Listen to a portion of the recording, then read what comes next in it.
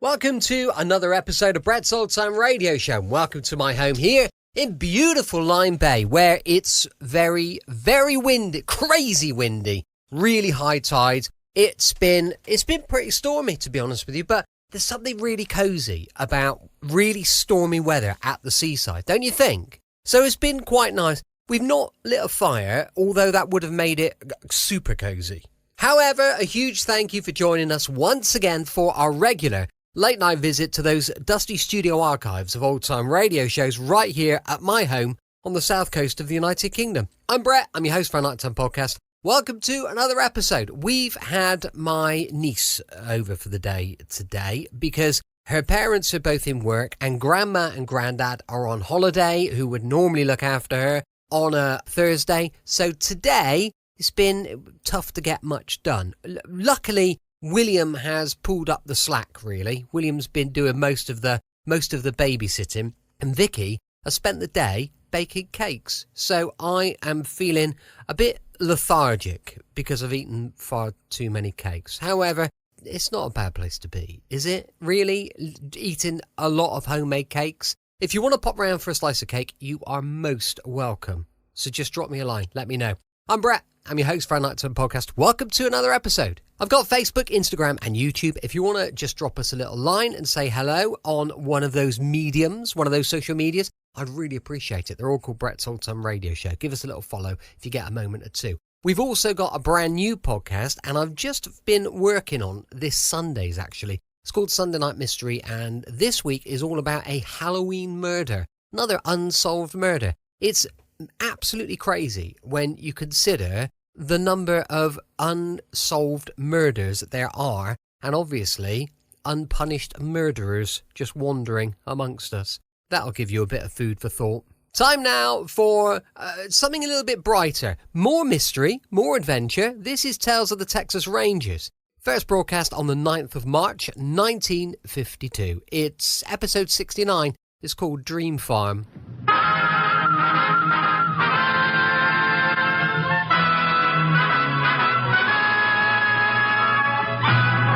Tales of the Texas Rangers, starring Joel McRae as Ranger Jace Pearson. Another authentic reenactment of a case transcribed from the files of the Texas Rangers.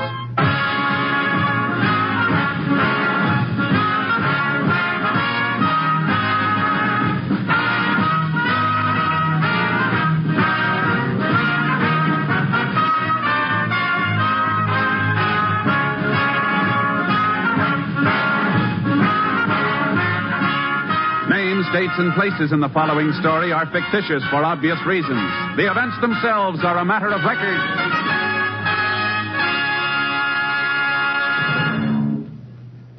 Before we bring you today's Tales of the Texas Rangers, let's turn on our microphones down the hall in Studio A here at NBC's Hollywood Radio City, where rehearsal for the Phil Harris Alice Faye show is in progress. Yeah. Now, that's the way we'll do it on the show. It sounded great, fellas. Phil, would you like to talk to the listeners during this break in rehearsal? Yeah, Bill, I'd love to. Folks, I'd just like to take a few seconds here to remind you about part of the fine lineup of entertainment for the rest of the evening right here on NBC. Right after Tales of the Texas Rangers, listen to The Big Show with Tallulah Bankhead and all of her darling guest stars. I know you'll want to hear the music and comedy. The Big Show is lined up for you today. And then we come on to keep you entertained with our show, starring Alice Faye, Frankie Remley, Julius Abruzio, and some band leader, Phil, what's his name? Well, please, will you slow up a minute? It's the Phil Harris Alice Faye show, right after The Big Show today, and I hope you'll listen, folks. And now, let's return to Tales of the Texas Rangers. And now, from the files of the Texas Rangers, the case called Dream Farm.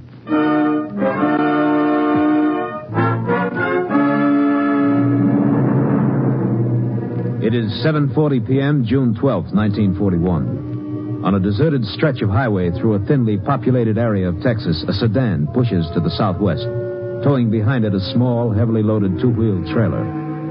In the front seat of the car, there are three people. A man, his wife, and their 12-year-old son. Don't seem to be much in the way of people out here. Wide open country, all right. I think we're going to like it here, Ethel. Oh, I hope so. You just wait and see. Why, last month when I was out here to close the deal, I swear I just wanted to start plowing right off. I got a feeling this farm's going to be lucky for us. Well, I just hope we can make a go of it, that's all. Now, Ethel, we've been all through that. I know, John. But you can't blame me for being a little worried. After all, we spent our lives in Iowa. Here we are moving to a strange place where we don't know a soul. Well, we'll make friends soon enough. Texans are nice people, real friendly, you'll see. Pa, I'm hungry. Well, that's one thing that ain't changed much from Iowa to Texas. We ought to be coming to a town soon, don't you think? Yeah, a town called Coronaville, not too far from here. We'll find a restaurant pretty soon, Bobby. Just hold on a while longer. You going to keep driving all night, Pa? Well, I figure it might be best. Rather get to the farm in the morning so as we can move in by daylight. Can I sleep on the back seat tonight? Sure you can. Hey, what's that? What? There's some fella signaling up ahead. Why, yes, there is someone. Now, what do you suppose? Looks like he's having car trouble.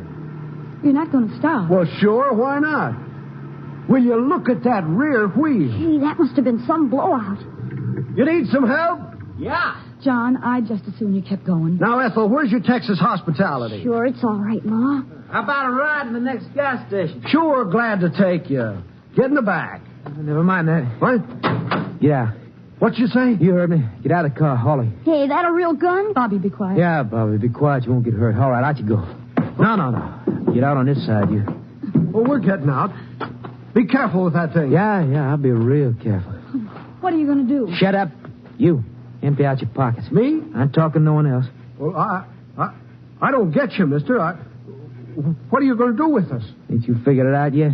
Come on, lady, give me a purse. Now, you. Throw everything you got in your pockets on the front seat. Hurry up. John, do what he tells you. Well, that's more like it. All right, now back away from the car. You're just leaving us out here? What do you think? You ain't going nowhere with my car. John, be quiet. I won't. Everything we got in the world's in there. Be quiet, John, please. Yeah, do what the lady tells you. I'll show you what I'll do. You can't get away with this crazy. I'll take our car with you. You should listen to me. You shot my Pa. You shouldn't have shot him. You didn't have to kill him. You didn't have to kill him. I said he should have listened. Now I gotta kill you, too. No, please.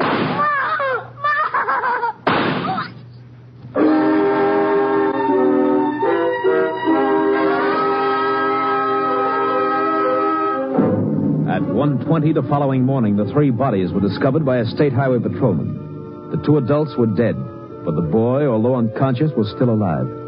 He was rushed to the hospital in Coronaville, and Sheriff King of Corona County was notified.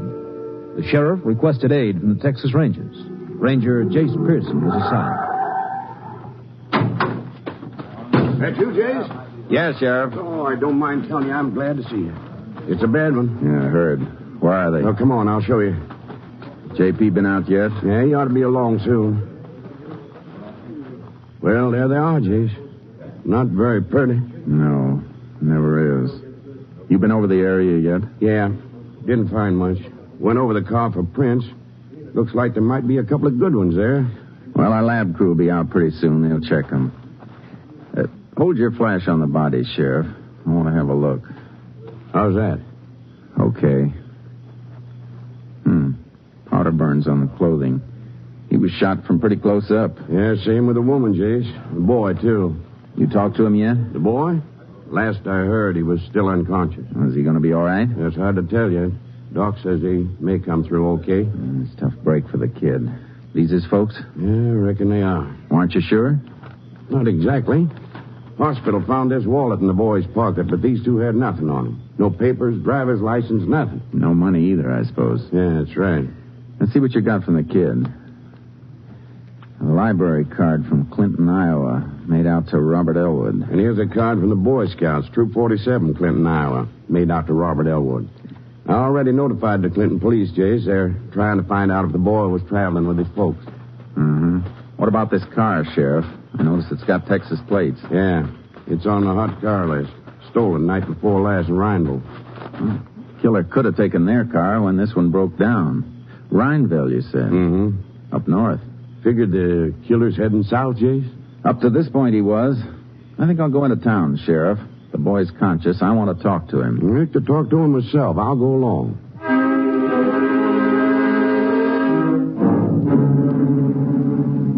the way to the hospital, Austin radioed that the murder victims were probably the Elwoods. The Clinton police had learned from a former neighbor that the family was moving to Texas. The Iowa Division of Motor Vehicle Registration supplied the make and license number of the Elwood car and trailer. We relayed this information to all Texas law enforcement agencies. It was 3:40 a.m. when the sheriff and I arrived at the hospital. Robert Elwood was out of his coma, but was still very weak.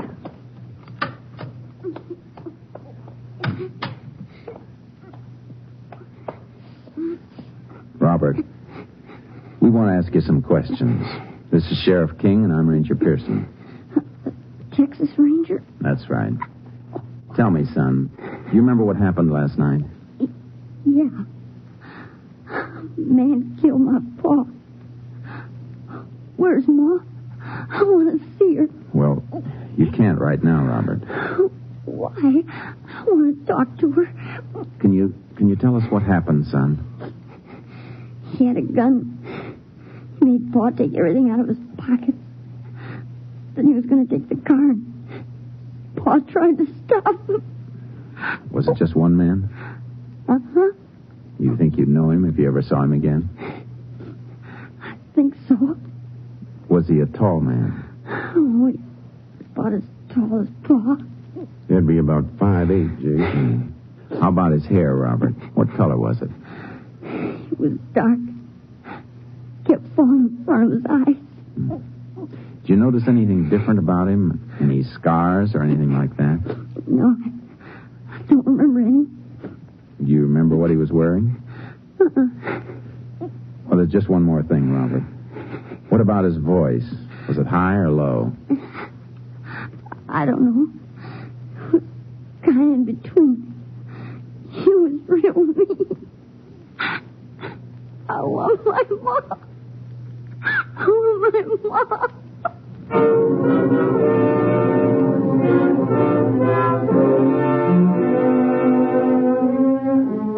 I reported Robert Elwood's description of the killer to headquarters and then turned in for some sleep. 2 hours later, a phone call from Austin woke me up. The Elwood car had been found abandoned on Highway 346 near Burton, Texas, about 100 miles away. Sheriff and I were there by 8:45.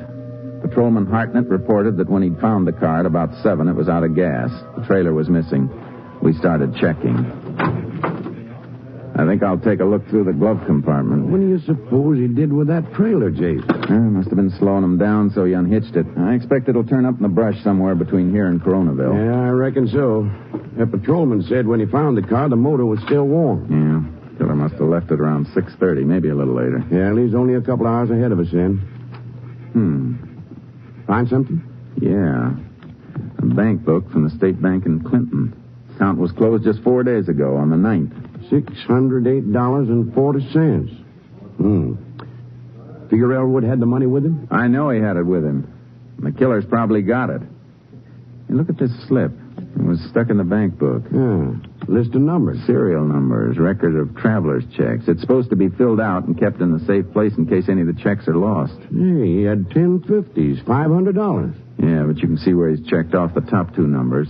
Elwood probably cashed those checks himself. Yeah. Then the killer's still got $400 worth. Jace, you don't think he'd take a chance and try to cash him? He might. $400. It's enough to tempt a man who'd shoot 3 people in cold blood. But he'd have to sign Elwood's name when he cashed him. Match the signatures already on the checks. Well, might even need identification. He's got identification. Don't forget the killer took Elwood's wallet. As for the signatures, well, a lot of people can be fooled. Yeah. One thing's certain. If he's going to cash him at all, he'll try to do it in a hurry. He's not going to hang on to him any longer than he has to. Then you reckon he's already got rid of him? I don't think so. He hasn't had much of a chance. Well, why not? He could have cashed them anywhere between here and Coronaville. He'd have a hard time cashing $400 worth of checks in an all-night restaurant. Bank's his best bet. Yeah, but what bank? There'll be 50 of them in this county, opening in 5 minutes. If he left here at about 6:30 and got into Burton around 7, he might just wait for the banks to open there. We better get to Burton, and fast.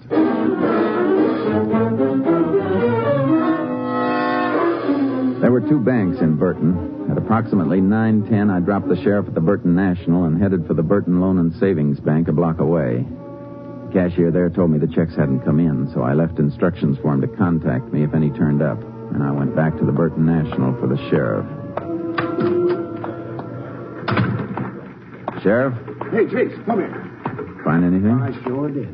That was a mighty good hunch you had. Checks turn up? Cashier's getting them for me now. She says a fella came in at 9 o'clock as soon as the door opened. He had the checks all right, all $400 worth. Could she give you a description of the man? Description?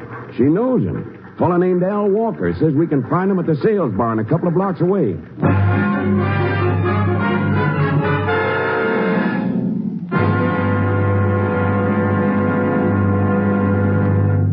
In just a moment, we will continue with Tales of the Texas Rangers, starring Joel McRae as Ranger Jace Pearson. Every minute of every day, someone, somewhere calls on the Red Cross for help. Last July, the nation's most devastating flood since 1937 smashed through 4 Midwestern states. Property damage in Kansas and Missouri alone exceeded $1 billion. Tens of thousands were made homeless. When the floods came, the Red Cross was ready with rescue teams and first aid stations. For the homeless, the Red Cross set up shelters and feeding points. But the biggest job came when the waters receded. Then began the rebuilding and repairing of homes, the rehabilitation of broken lives. The total cost of relief in this operation was almost $14 million. This was only one of the 300 domestic disasters in which the Red Cross gave aid last year. To answer the call when help is needed again this year, the Red Cross needs your support. Give and give generously to the 1952 Red Cross Fund campaign. And now back to tonight's adventure with the Texas Rangers. We continue now with Tales of the Texas Rangers and our authentic story, Dream Farm.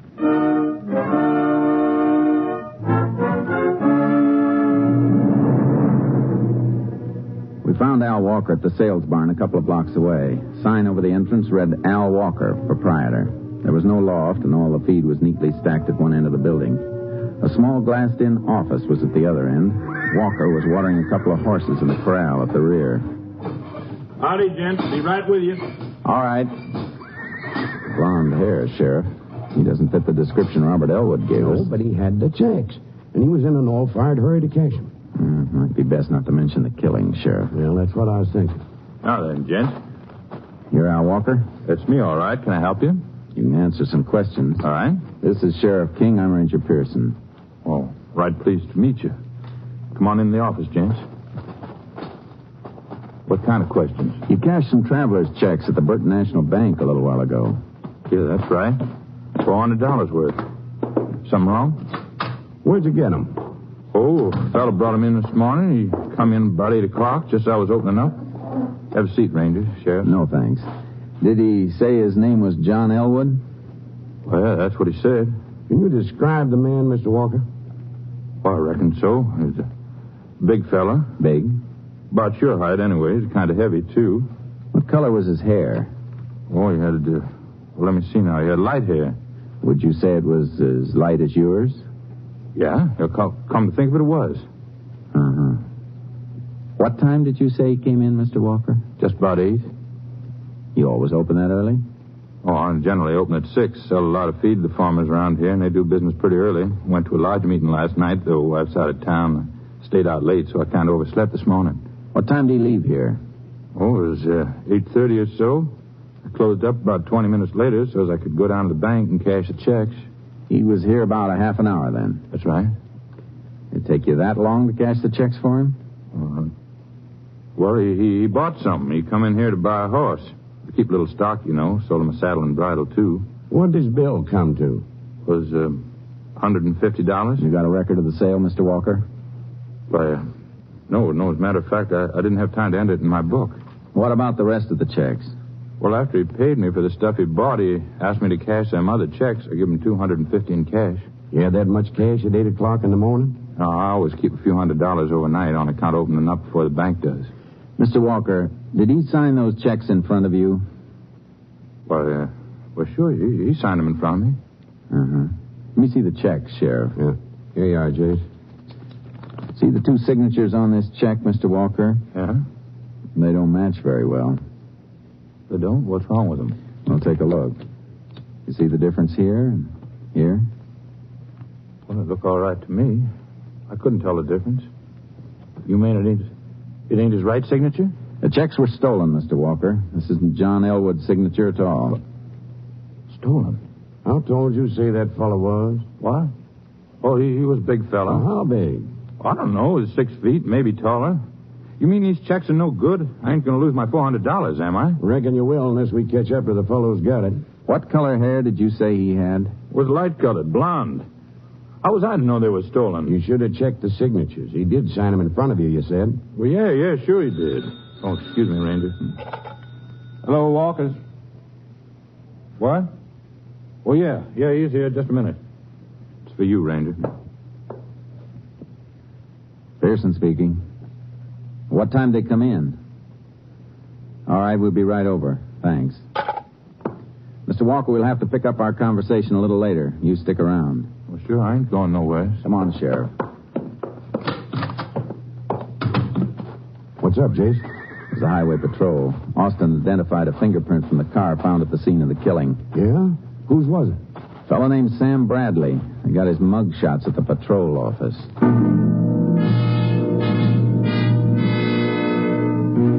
Bradley's description fit the one given us by Robert Elwood. A set of photographs had already been sent to the sheriff's office in Coronaville, and a deputy took them to young Elwood at the hospital for positive identification. A short time later, at the highway patrol office, I telephoned the boy.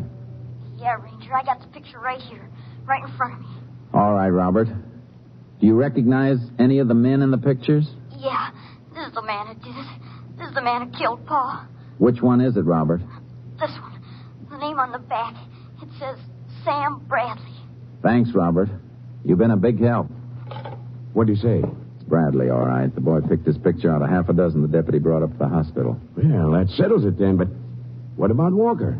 The description he gave us sure doesn't fit Bradley. Jace, you know he was lying. Yeah, but I can't figure out why. His only stake in this is $400 worth of traveler's checks. He tried to cash them openly, so it's a cinch he figured they wouldn't bounce. I don't think he knew they were stolen. Maybe not, Jace, but he knew the man who gave him the checks wasn't John Elwood. Now, why'd he lie about that? Just as puzzled as you are. Come on. Where you going now, Jace? Out to Walker's. I still want a written statement from him. Want to bring him back here? Uh-huh. Well, I reckon I'll mosey around town in the meantime. Maybe I can find someone who saw Bradley go into Walker's barn. Good idea. I'll meet you back here. I want to see if Walker's going to stick to his story.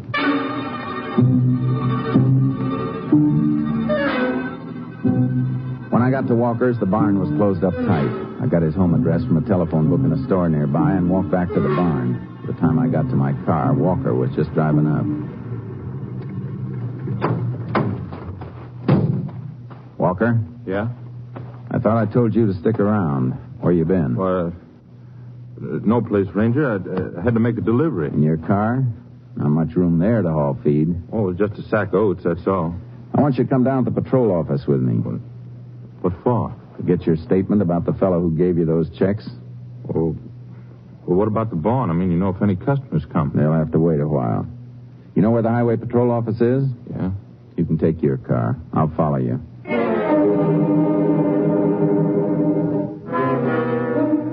At the station, Walker's story began to change slightly. His statement said that the man who cashed the checks was about 5 feet 10 inches tall.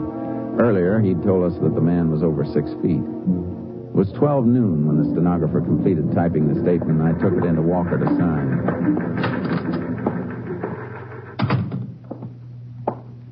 Here's the statement, Mr. Walker. You sure you don't want to make any changes before you sign it? No, I've been telling you the truth, Ranger. Uh-huh. Oh, one more thing. Before you sign it, I want to show you some pictures. Pictures? Yeah. Look at them carefully, Mr. Walker. Here are pictures of 3 men. Was one of these the man who cashed the checks? No. No, it wasn't any of these fellas. How about this one? Could he be the man? No. The fellow who cashed the checks was an altogether different kind of man. This ain't him. Mr. Walker, this man's already been identified by one person as the man who killed John Elwood and his wife. What'd you say, Ranger? Elwood was the man the checks belonged to. He was killed last night. Killed? First stealing, now killing. You didn't say nothing before about a murder? 2 murders. This man Bradley killed 2 people and wounded a 12-year-old boy. He stole 2 cars that we know of. Well, I didn't know about all them things. What about the picture? Is this the man who cashed the checks? No, that ain't him. I'm sure it ain't. All right, Mr. Walker. Sign the statement.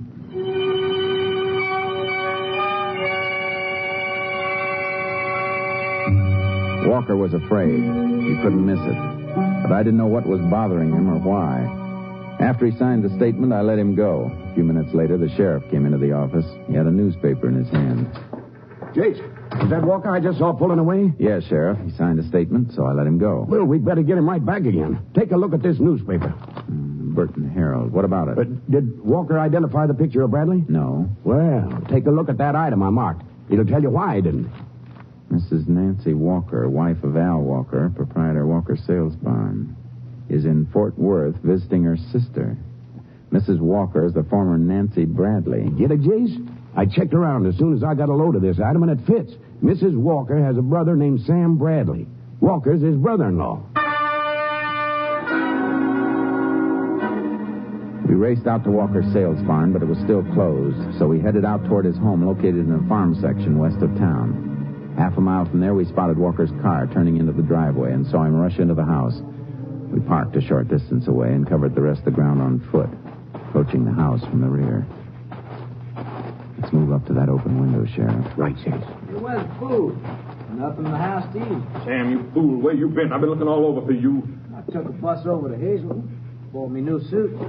What's bothering you, huh? So you all right Bradley, now all right. spending my money. Listen. Well, I don't care. You can take the money, but you just got to get right out of here as fast as you can. You know, wait a minute. What do you mean spending your money? I thought you told me you got them checks from a friend of yours. Why, sure. What about it? You and your stories. It's just like I told you. We were playing cards last night, and the place was raided.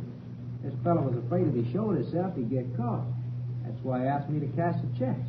I knew you wouldn't mind. So that's it. Sam, don't you lie to me. You didn't have no friend. You signed them checks. They were stolen. Stolen? I know all about it. I lied for you at first because you told me you and your friend Elwood was ducking a gambling raid. Then I find you stole the checks. Now I find there's a couple of killings besides, and I'm mixed up in it. Now you get out of here. Look, who you been talking to? There's been a ranger around asking questions. That's who. Did you tell him anything? Not yet. But if I didn't have to lie to save my own hide, I'd have turned you in, brother-in-law or no brother-in-law. All right, Sheriff. Cover me through this window. I'm going in Get out of here front. right away. I tell you all would. I'll leave tonight when it's dark. You get out of here right now. I'm not getting myself hung for you. But you know I can't go now. All right, Bradley. Don't move. Sam, it's the ranger. Well, you turning no Hey, behind the Drop table. that gun, Bradley. Throw your gun over here. All right.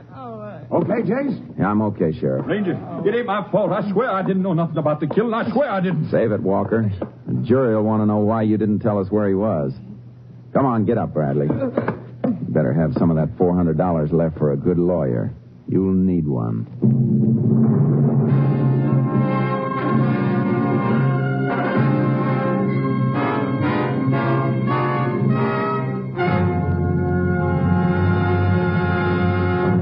In just a moment, we will tell you the results of the case you have just heard. This is George Hicks reporting. I'm now in New Hampshire for NBC. The names are Taft, Eisenhower, Truman, Kefauver, and Stassen. We'll bring you the report soon on this first state presidential primary.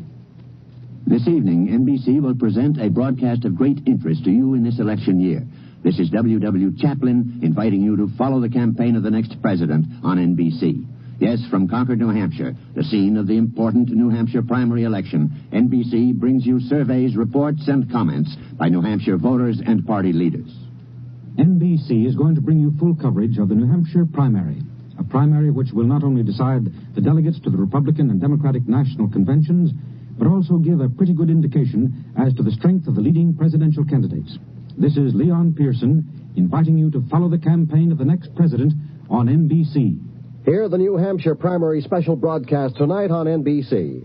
And now, back to the Texas Rangers.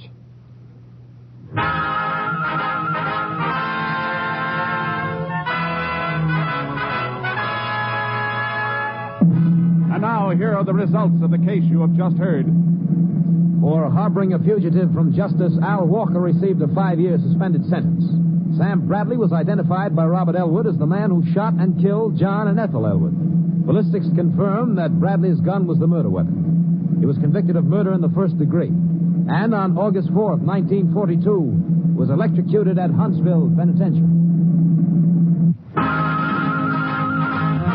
Next week, Joel McCrea in another authentic reenactment of a case from the files of the Texas Rangers.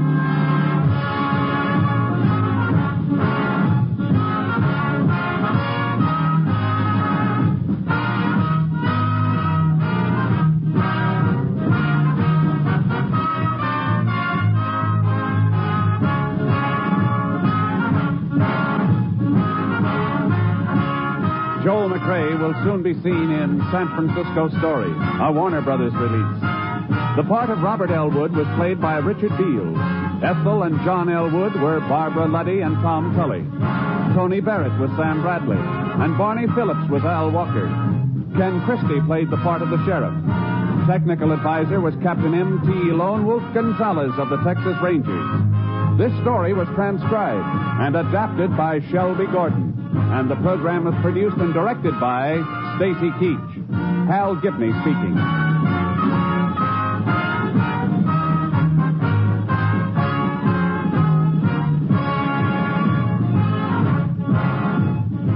Next, The Big Show brings you 90 minutes of drama, comedy, and music on NBC.